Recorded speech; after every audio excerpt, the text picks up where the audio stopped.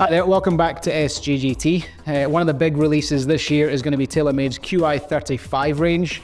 Delighted to have here Alan and Bradley from TaylorMade. How are we?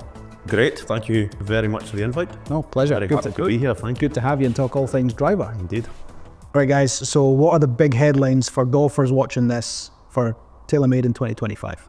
Yeah, so full new Qi35 range, drivers, fairways, rescues, so a big wide selection.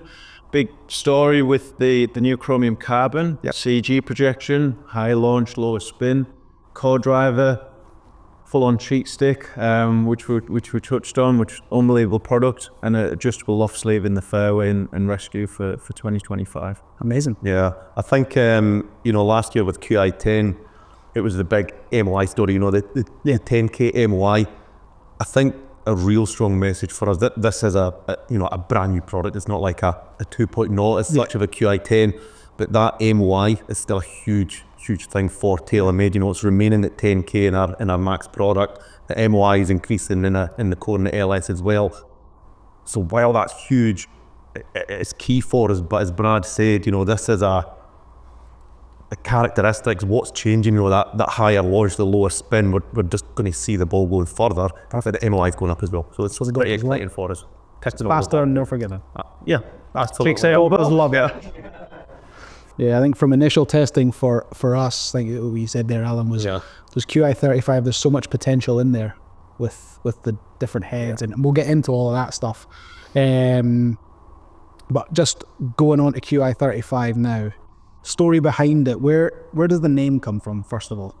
Yeah, so obviously QI, that quest for inertia, we're not going away from that, so 10K is still a big impact for us. In terms of that max, so we're not moving away from that. The 3, that's the 3 performance principles of TaylorMade's DNA. So form, function, and then finally fit. And the 5, we actually have 5 heads. So 4 heads at retail, and then we have our Select Fit driver head as well. So again, Qi10, really successful range of drivers. How does Qi35, how does it differ, and how does it take that next step from an already really good product? Yeah, great question. I think obviously the big thing is with the introduction of the chromium carbon, we've got a new material. So we've been able to save mass on the crown. In one of our heads, we've been able to save 1 gram. Now to us as golfers, 1 gram doesn't sound a lot. It's like 1 wrap of tape. In an engineer's world, 1 gram is massive. Also with how we've been able to introduce the test weights, so we've got more mass at the back of the head. So when you introduce those 2 factors, that allows you to move that CG lower, but also further back. Okay. And as a result of that, I'm seeing on data, but also when I've been testing on the golf course, products are launching higher with less spin. Yeah, I think from our testing here again, and I think it's fair to say we've done a video on Qi35 already. We hit some ropey shots. Okay. And some of the results were actually quite astonishing. Like you've seen some number you didn't expect to see, ball speed really high, spin not going anywhere that's too unsensible. Yeah, think on that as well. What I saw in my first fit is, when you get a low strike, not full thin mode, but you get it slightly low, like a couple of dimples low on the face. Normally in terms of data, you see a lot of fluctuation, so peaks and troughs. Yeah. With the Qi35, I've only seen about 250 to 400 RPM increase. Normally that would be like 1,000, etc. So that's been really key. Because key for fitting, and you'll know this yourselves, is it's not just the average, it's that little plus or minus below it, that standard deviation is how can you tighten that up as well. And it's I think one of the exciting things as well going into Qi35, I would very much stress the point, it's not a Qi10 2.0. It's such, we've had Stealth or Stealth 2, and then generally there's kind of been that 2-year sort of progression from one to the next. This is very different. This is Qi35 stands on its own. So I think even with the visuals of Sim to Sim 2 were quite similar. It was a kind of evolution. Stealth and Stealth 2 were the same. This is so different. It really is. It's gloss to matte, from black to grey. It's a standalone. It's a different product entirely. And you'll obviously know yourself. It's how it looks is so important. Obviously, we speak about the technology and the changes we've made and what it's doing, which excites us. But you stick a driver down or a product down, and it looks it just looks incredible, very premium looking, from the sole and also from the crown as well. And I think, it's very, very different from Qi10, and it's a completely new big story for us. We're excited to get it in and get fit in it. Sure. You say there's 5 heads. How are each of those 5 heads going to benefit different golfers? Yeah, good question. So LS, prior that's been categorized as your better players golf club, and in one of my early fits, I fitted one of the influencers who actually ended up in that LS. Never been able to use an LS product before, ended up in an LS. So you've got your LS, of course, that's your low spin, that's the flattest in terms of lie angle. So in terms of the purist, that traditional TaylorMade shape, and that's going to appeal to a lot of those golfers. But that is very, very stable, even though you might look at MOI charts and stuff like that and say that's potentially the hardest to hit. Once you get into the nitty gritty of the fit and you potentially put that mass where you need it, potentially as a byproduct of strike location, it's amazing what you can achieve out of that. In terms of ball speeds, it is unbelievably quick in terms of ball speeds. The core driver, I would categorise that a bit of a cheating stick this year. It is, I think that's fair. Full on. It is unbelievable. I was intrigued to see as a company how we could make the Qi10 core drive, which was an unbelievable product, how we could make that better. And the company have absolutely smashed it. Getting that up to 9K in terms of MOI in the starting point is going to be strong. We did so much of that Qi10 core.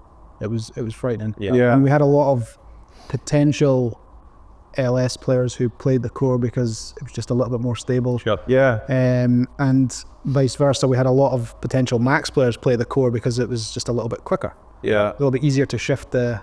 And a little nugget from my testing is with the core driver having that 13 gram mass from the back to the front, what we call that our beast mode. You obviously crank the ball speed up, you knock the spin down. Yeah, you can keep it that real high MOI as well, isn't it? You know. So how I try and explain this to players is in beast mode in core, you have the stability of a core in Qi10 driver, but you have the spin rate of an LS driver. That's interesting, yeah. So you can box really clever with that product. Yes, it's a bigger footprint in terms of visual compared to LS. However, ultimately, if we can all hit more fairways, then it then becomes into that playing environment. You are going to lower your scores as a byproduct of that. 100%. I think it shows the importance of being fit as well, isn't it? You know, massive. There's been that, like you mentioned, Brad. It's sort of that's, I suppose, stereotypically your LS was for a better player and so on. But you know, you had Nelly Corder last year using the Max driver, Qi10 Max all year, and obviously you've seen the success that she had, and some of the, I think obviously Mark Roy went into the core product as well, and some were LS and some were core, so it's wide distribution. It really is, yeah. It really is. Last year was the first year that we've had all 3 heads win on tour. That just never ever happened in TaylorMade's history, and hopefully that's a sign of where things are. Yeah, that's interesting. It's probably evolving that way now, isn't it? Yeah. That probably, if you went back 2 years or 3 years ago, it was very much as the LS product or the low spin, the lowest spinning head. We're now just the versatility and being able to adapt to a particular type of golfer. I think ultimately, what's the agenda of the golfer? Is it ball speed? If it is, LS is going to be your quickest product for that. If it's you wanting more stability, but you're not wanting to sacrifice a lot of speed, that's where that core driver is. Because they perform unbelievably well. Because you've got MaxLite as well this year. And then obviously, who's that going to fit into? What type of golfer is that kind of driver for? Yeah, so the MaxLite product is designed for the senior golfer / lady golfer. We've now gone away from lady specific heads and stuff like that. Of course, we do the clear gold range. But MaxLite is aimed at that demographic, really, really light. So the head itself plays 10 grams lighter than Max. It isn't a 9K MOI. It isn't a 10K MOI driver. It's actually 9K in that MaxLite product. Because to get to that 10K in that product, you've got to add more mass. But having it at 9K is still astonishing for how. Oh yeah, absolutely. Head. And ultimately, what we're trying to achieve with that product is to make it really, really light. So that's Well, like you said about getting away from ladies and seniors, the golf club doesn't have an agenda as to who's holding. No, definitely. It's just going to hit the ball, isn't it? So And I think when it's maybe for a slow, it obviously benefits a slower swing speed. And when you're speaking about MOI, even if the MOI is not that 10k, Yeah. you know, with the less speed and if it is an off-centre strike, gonna still be as much. going to stay pretty stable Yes. anyway. I think that'll be a huge product for us this year, won't And it? it shows a different demographic. Yeah. We're not just targeting Yep. one. We are going after the wider audience with golfers now. And then obviously also going into fairways and hybrids. Your tour ones last year were adjustable. You've gone that way with everything, haven't you? Yeah. Yeah. What's the reason behind making that decision? And yeah, tell us a bit about that. Yeah, I think you know it's not something that we just decided to do now. You know, it's I think whenever if you put a sleeve in something, as you know, it makes obviously the product heavier. Yeah. So we're very much want to make it as playable as we can. You know, being able to launch it quite easy. And I think now with the level of materials we're using, how light and how strong and how quick they're becoming, it's the right time for us to do that. So it's, yeah, I mean, you're obviously doing the fittings, Brad, so you can expand on it more, but it just gives you guys or yourselves or anyone who's doing the fittings that wider versatility and option. I think with the fairways, prior with the core fairway, it's to get into the nitty gritty, it's been more about getting it in a certain window in terms of launch and stuff like that. I think now, because of how we've used the CG projection in the fairway, we've modified the sole of that fairway. Okay. So that sits a lot lower, sits a lot tighter, which I think is key in fairways, instead of having that real deep profile. Doesn't really encourage golfers that you can actually launch it. So I think that's a strong footing. But as a byproduct of that sole structure, all of the core fairways now are easier to launch without having to do the obvious, adding more loft. Yep. Done more 3HLs, you probably guys see that as well. I think the core 3-wood will be easier to launch, but obviously having that adjustability is key, where potentially if you need to work lie angle and stuff like that. Yeah. I think it just makes the fit more in depth when you're getting into the fairway, and having that in a rescue as well. Is going to be key. Yeah. From gapping up from irons, having that as in a rescue this year is going to be a godsend for us. Just being able to get an exact yardage, and just being able to tweak it, Definitely. ever so slightly. Yeah. But on that high lofted fairway, having a Tour 7-wood now, we've learned from Tour. If you look back, Fleetwood's using 9-wood. A 9-wood he had 9-wood for some Masters. Yeah, I know. We touched on earlier, DJ using a 9-wood fuse. You will never Hoylake. Even a few years ago, they would, never. I mean, how many guys are actually using a 2-iron now? Yeah. On tour as well, there's not very many. So it's And I've put that 7-wood down behind the ball. It looks incredible. Oh, It looks filthy. we're talking about cheating sticks. I think for the good player, that Tour 7-wood, that will be going to be huge. Unbelievable product for us. The tour fairways have been amazing anyway. You know, I've used it myself. They're so quick off the face, but to have that.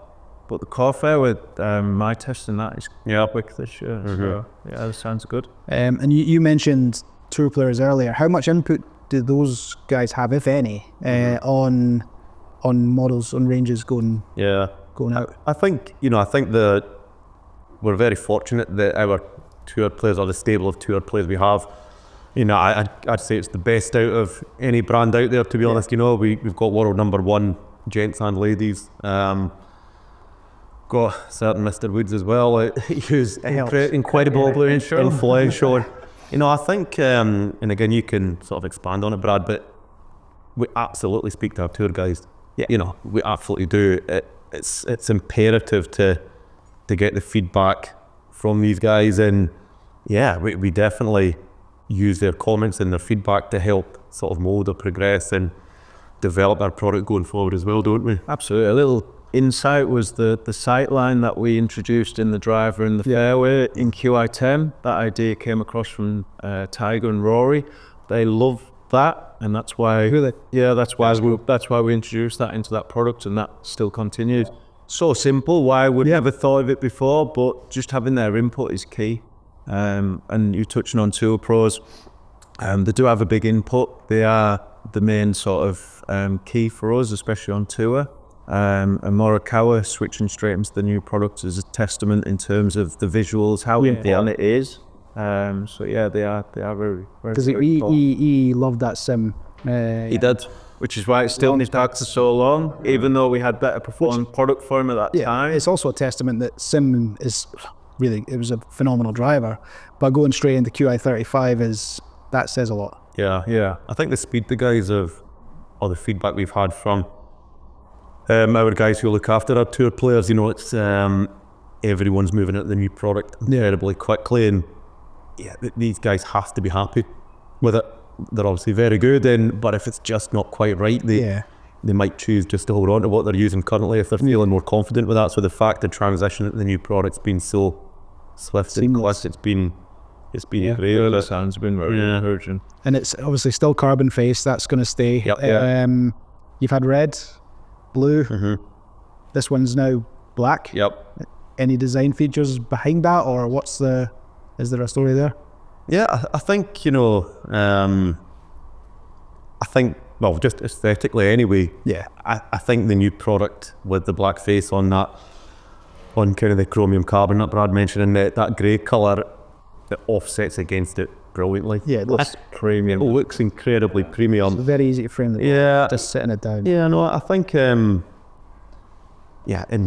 my opinion anyway, I think it definitely probably, it's not as emotional. A black face, you know, I think everyone I would imagine would like the look of the new TaylorMade Qi35 product. I think it takes a wider audience, potentially the traditional golfer who's been used for years of looking down at not different colour faces and stuff like that. I think it does address a wide audience of golf, and it does look unbelievable. It does. It does. And you've got a few launch marker toys in there, don't you? Yes, we do.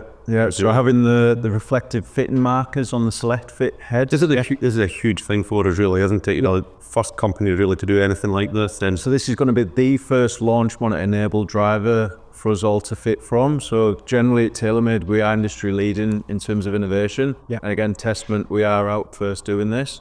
So for the Trackman users, we've provided all of our CAD data, all of our algorithms and head measurements. So when you're assessing strike location and you're looking at your data on your Trackman devices, that will be 100% bang on, okay, in terms of how they've inputted that into their technical side. For the quad users, they now don't have to put dots on the heads in terms of using quad, which has gone down unbelievably well.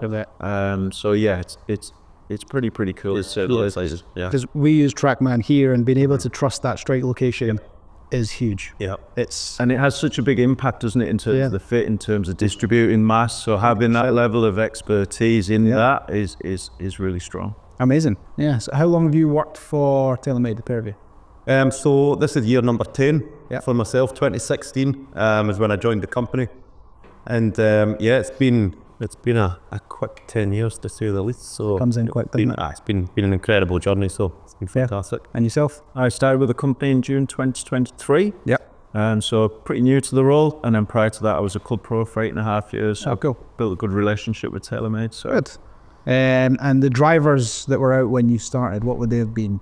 So for myself, so I believe M1 launched just off Q3 2015, which was just a few months before I joined the company. And then, so M2 really was that kind of January, February launch, which started the old sort of multi-material carbon story essentially for us, which is obviously... We still get people in with that 2016 M2. It was a brilliant product. It was a brilliant product. It really was. And it just started that journey through, or down the carbon route essentially, and it's it's not stopped or slowed down. Snowballed since then. Sure has. And what would it be now? Stealth 2 when I started with the company. So you're fully carbon face. Yeah, absolutely. And then when I first started fitting, when I was sort of running my business, it was the Jet Speed, and it was SLDR that came after that. So we've seen lots of product models over the years. SLDR and Jet Speed were the first TaylorMade drivers when I got into the industry as well. And what's your favourite driver? It doesn't have to be from your tenure, it can be from before, but favourite TaylorMade project or driver?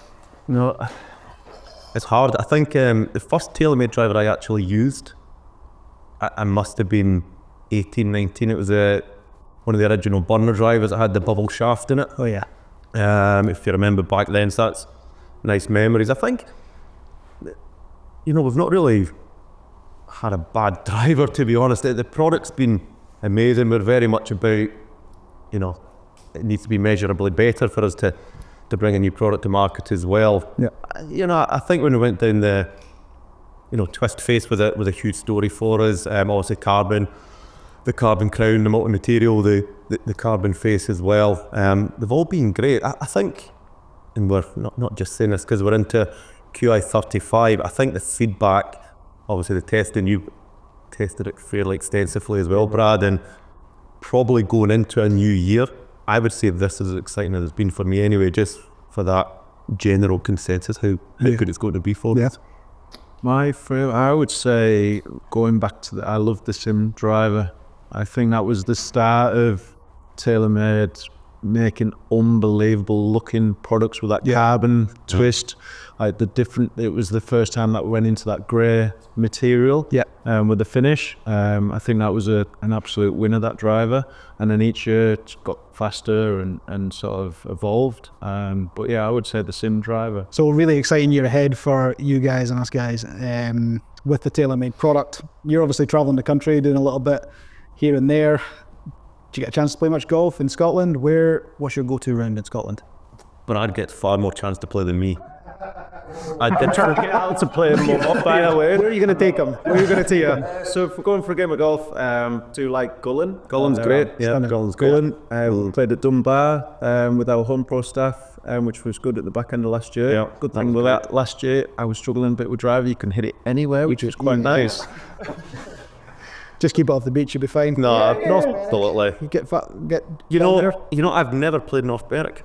Never actually played it. We can add to the list. One on the bucket list. But no, I think, we're golfers at the end of the day, aren't we? We grew up playing the game, and you're obviously still professional. I am back amateur now, and we just love playing golf. I think I'm probably more a fair weather golfer now. You're definitely hardier than I am, Brad, in all fairness. Coming from the north, has some mental bit to it. Yeah. Toughened you up, definitely. So I've not played a lot. We've obviously been testing a new product, which has been really cool and good fun, and I suppose that's one of the real advantages or luxuries of working with TaylorMade, that we've seen it for a number of months now. So we'll play anywhere that'll let us on really well. Absolutely. Love a free round of golf. Definitely. Well, thanks very much for your time, guys. Alan and Brad from TaylorMade here. We've got a very exciting year ahead of us. As usual, if you want to come here to test the new TaylorMade product, it's www.sggt.co.uk. Like this video, follow us on YouTube, all that fun stuff. See you soon.